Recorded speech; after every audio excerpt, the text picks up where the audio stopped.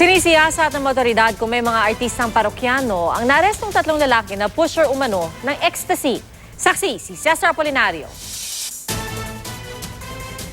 Huli sa akto ng pagbebenta ng droga si Philip Mendoza sa Salonga sa Pasig. Ang katransaksyon, mga otoridad pa lang nagpapanggap lang na buyer.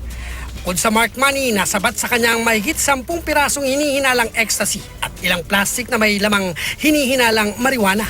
Habang may tropa tayo sa Pasig, another team led by Dumundon went to Tandang Sora Avenue near corner Visayas Avenue and consummated the buy bust. Ito puro buy bust po ito, kaya ito lahat puro selling and puro ecstasy.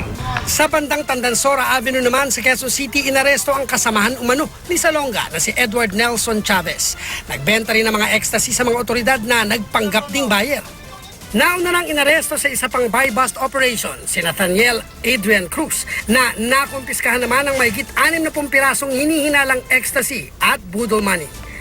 Hindi na itinanggi ng tatlo ang pagbebenta ng droga pero sabi ni Salonga bago lang siyang nagtutulak ng ecstasy. Natikman ko lang ho last year tapos medyo nagustuhan ko lang po tapos may nagpasabay.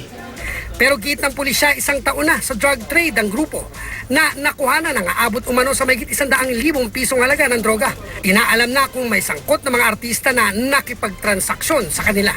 Based on our intel assessment, so Nathaniel Adrian Cruz is getting its stuff from Edward Nelson, who is getting its stuff from Philip Mendoza Salonga. And we are conducting investigation on the source of drugs of Salonga. Ako si Cesar Apolinario, ang inyong saksi.